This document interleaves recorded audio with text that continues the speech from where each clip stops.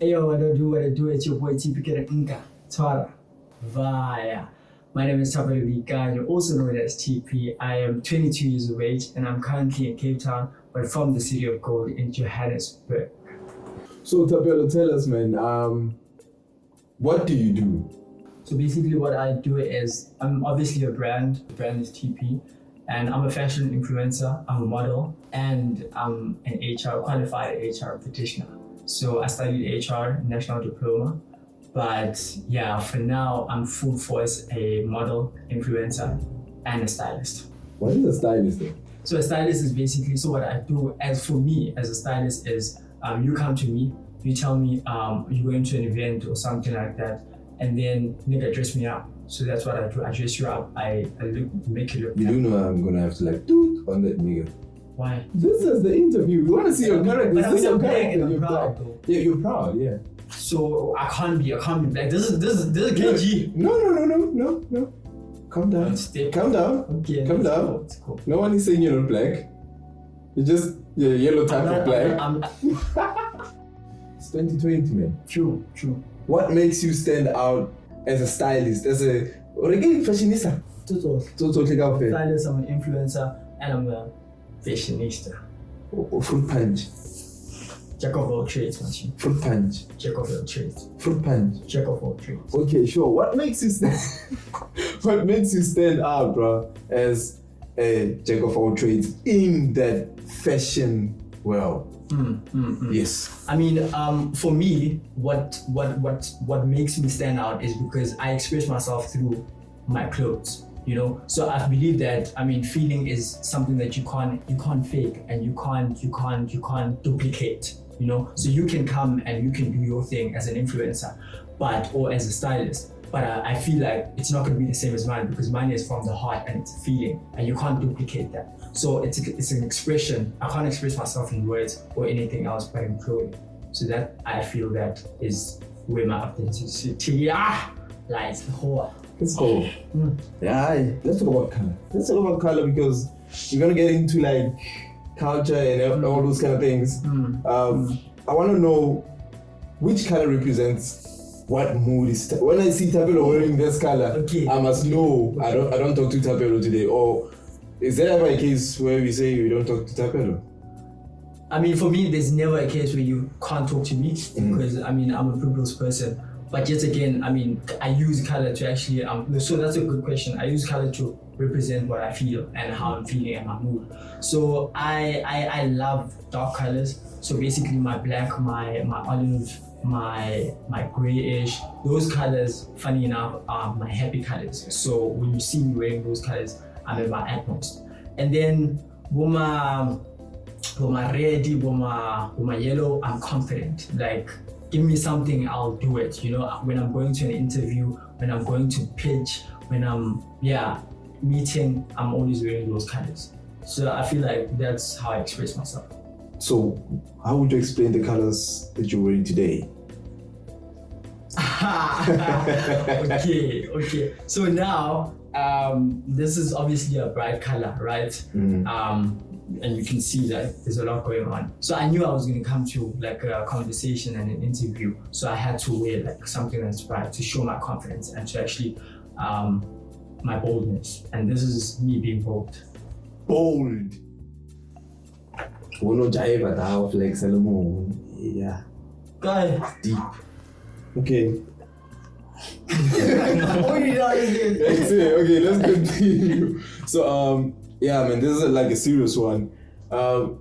Because there are people who will be watching this or listening to this, wanting to know how to go about doing what you do. Just outline the challenges that you can say you've faced and you still face today as a stylist. Yeah. Influencer. Or influencer stylist, because there's a lot of. Are you a makeup artist? Or what? Company makeup artists, they have influencers too. Nah. So yes, what are the challenges that you faced before, and surpassed them? And what are the challenges that you think they are part of what you do? Yes. Yo, one of the biggest challenges, bro, that I can tell you is making the people recognize you. You know, the truth of the matter is that as an influencer, especially as a male influencer, there isn't a lot of us, you know, and most of the people that are on social media are females, you know, so we don't get as much recognition and as much support as a female would get, you know. So growing your numbers, because that's what you need as an influencer. You need numbers, you need a reach. So growing your numbers on Instagram, most especially, is the hardest thing ever, and you need to be consistent. That's another thing, that's another challenge of being consistent.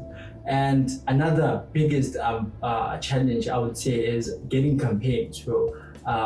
That's one of the biggest, especially if you haven't got any campaigns, like you're still starting. Getting your first campaign is like the biggest thing, biggest challenge, because you need to prove yourself. You need to prove that you can deliver, because I mean, you don't have experience and they don't know if they give you this campaign, are you going to deliver? Are you going to do well? Are you going to bring them the reach? You know, so that's challenges for me. Okay. Whew. Yeah. Yo, that was deep. The fact that I'm a working business, and people don't understand when they see me wearing my hoodies and my beanies and my, you know, and my flip flops, and they see me like, I thought you were gonna be wearing a suit, or you know, I'm wearing dapper. But I mean, I'm also, you know, I'm also, yeah, you know. But I mean, it is what it is. Nigga, trust me, you get rich in Cape. I see Instagram influencers, but I never thought like it was that kind of deep. So you say there's a few of you guys in the industry. I mean, there's a few, especially in Cape. Would you like to mention a few? I mean, now you're putting me in a position where if I don't mention a few, I mean, these are like top people that are coming. You're putting me in they are not gonna disown you. I don't know. Are you stressed? No, man. Don't sweat, bro. It's gonna look bad on the camera. No, but yeah, those are. I know a few that are cracking, as I was saying. I know a few that are cracking the nut.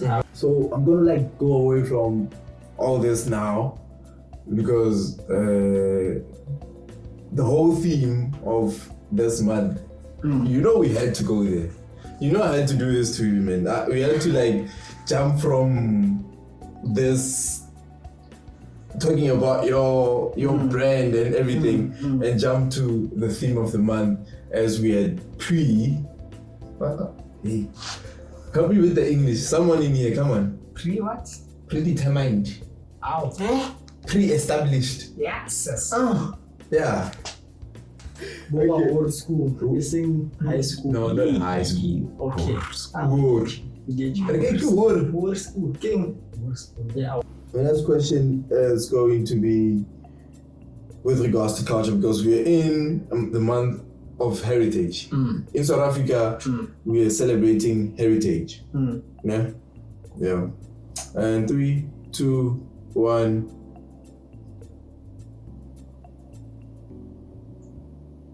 Cut. Yo, bro, why are you so serious? What the hell? We're speaking about culture here, bro. So, yeah. Need to be. Alright. Yeah, I'm asking now, okay? What? Yeah. What's my culture? What's your culture? What culture do you identify with? I think you see, bro. Like for me, culture has been. I mean, it has been created. Firstly, culture for me is what a group of people believe in, right, and how they do things, right. But for me, I don't want to associate myself with culture. That's the thing. That's why I didn't want you to ask me this, because because culture for me, I think I have. Culture for me, or my culture, is determined by my morals and values, so how I do things. There are things that, I mean, after all, I'm Christian, which is my religion, but I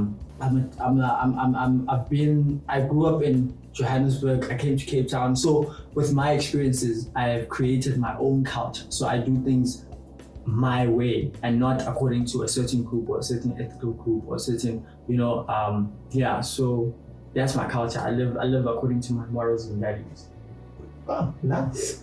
Objective morals and values. Right there.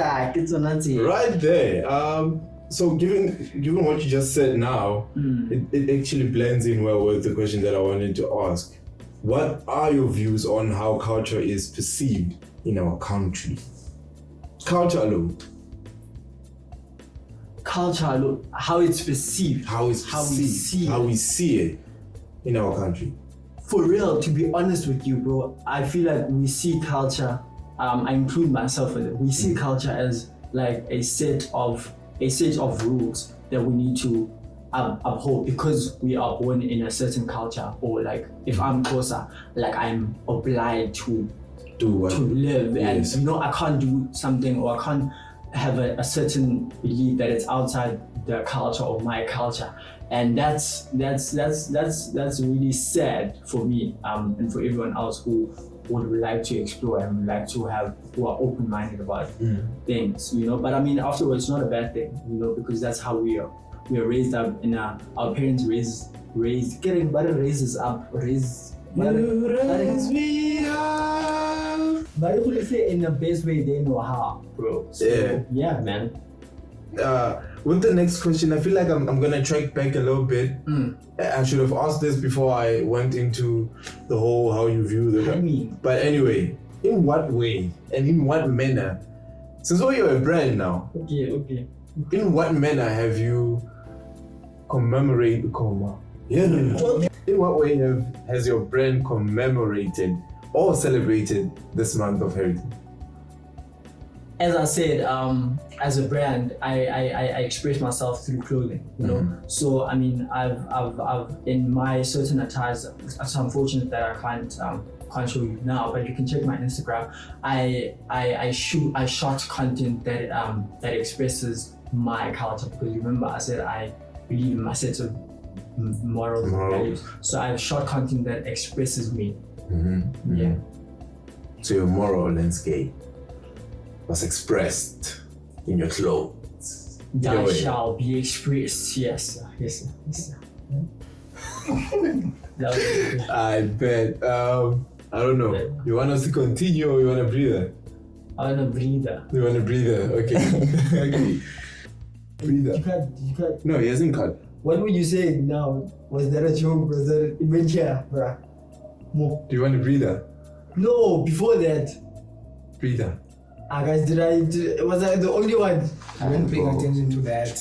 Y'all are not listening. Y'all are not listening. But I'm the one who should know what I said. So it was not a joke. What did I say? What did you hear? I thought he was saying something. Eh? Say it. He asked if you want to pray. That's what I heard. No, before that. What? When we heard that silence, the moment landscape, like you. Landscape. Moral landscape. Okay, yeah, sure. So no, it's not that either. No, girl. Moral landscape. Yeah. Moral landscape. Yeah, it's like. Does not ring a bell. Brother, it's a link. You. Ma. Explain, bro. Should you think of the person? Yeah. I won't. Yeah. The problem if you have to go no. Now if you like your jokes, where did you get your jokes? Where do you get your jokes generally? Let's just discuss that for a moment. I make jokes with everything. Tell us a cultural joke. Bro, I couldn't do that. Bars. Was that a bar? That was a bar, bro. I missed adventure. But you said you know what? Let's just continue. You believe that culture should change to adapt to how life is today. I mean, as time changes, bro, I think a lot of things need to change, because I think it needs to adapt. You just said it. It needs to adapt to what is currently happening, you know. So I think it should, and it will, definitely will. I mean, there's people like me who have their own culture. I mean, that's changed. I mean, in 20 years back, a lot of people did not even have the mind or like to open. Not even maybe they might have the mind, but they don't wanna explore out of the culture or the certain culture. So it is going to change, and it should change because just to adapt to the times. So do you think, because what I'm getting from what you're saying, it's something of some individuality culture of some sort, ne? And do you think it only started now, or should it be celebrated as a heritage? It has like a past too, where there's some icons that you can look back on and say, but yes, we have someone that, or some people that have done that. Let me tell you, bro. I think it hasn't, like, it's always been there, but now like a lot of things now it's the platform of expressing yourself and being more comfortable in society is actually growing. So now we are more comfortable in saying and how we feel and doing things differently, because society is kind of allowing us now. There's change. We are open-minded about certain things. So it has always been there, but people didn't want to express it, and people didn't want to talk. Would you say about the problem is the platform? Yes, and that's my biggest. My mind is all over. That's my biggest thing. A lot of things are happening and they need to change, because a lot of people are silent about a lot of things, and they believe that because this has been happening for like the past 2 years, why would I change? So I think we need to be more comfortable in expressing ourselves and speaking about things. That's when change is gonna come. Okay, perfect. This is gonna be the last question, and I want you to like pour your heart to it. I pour. It's something that you've been saying, It's something that you've been saying throughout the part where we touched on culture itself. It's something that you're gonna feel like you're repeating yourself, but sorry, yeah, you can pick it up. You can pick it up. We have cultures. You just said that the individuality, let's just call it the individuality culture. I think we have that. It's gonna be like modern culture. It's more like modern culture, but it's always been there, but only realized now. Now I want to ask you. First of all, let me just ask you: are you willing to comment on cultures that are there by, we could call them like default cultures, like Zulu, Xhosa, Tswana? Are you willing or able rather to comment on a question around that? I mean, I can give my 2 cents. I'm willing. I mean, I touch boundaries. I touch where people don't touch. So okay, I'm open. Which ones would you say you're familiar with? I would say Xhosa and Sotho. Xhosa and Sotho. Okay.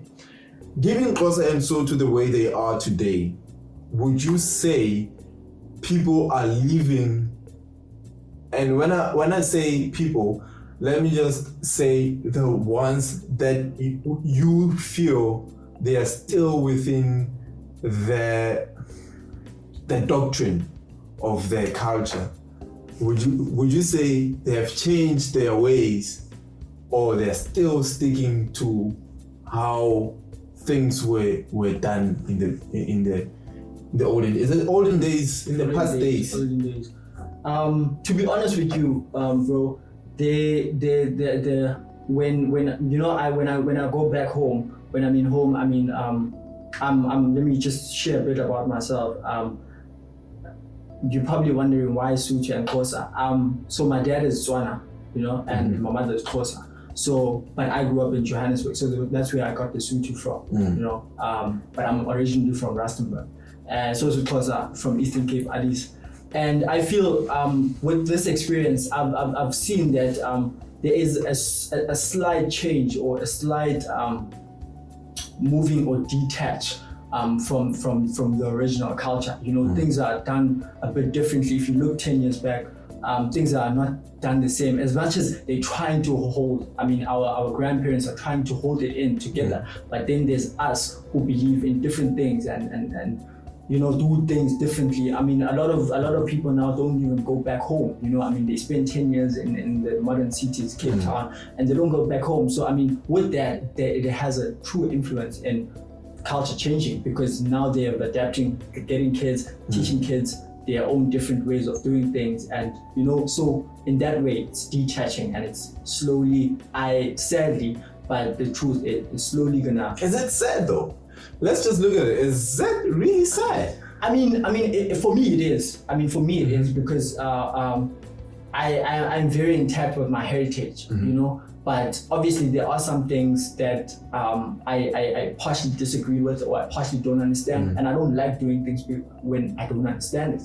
But it's said that our heritage is because that's where our identity lies. You know, as Africans as a whole, that's where our identity. So if you don't know your identity, then you know how are you able to stand and tell someone else. You get what I mean? Who you get are. what I mean? So it's said in that sense, but I mean, it's also an advantage in a sense. Yaore, you are now free to be you.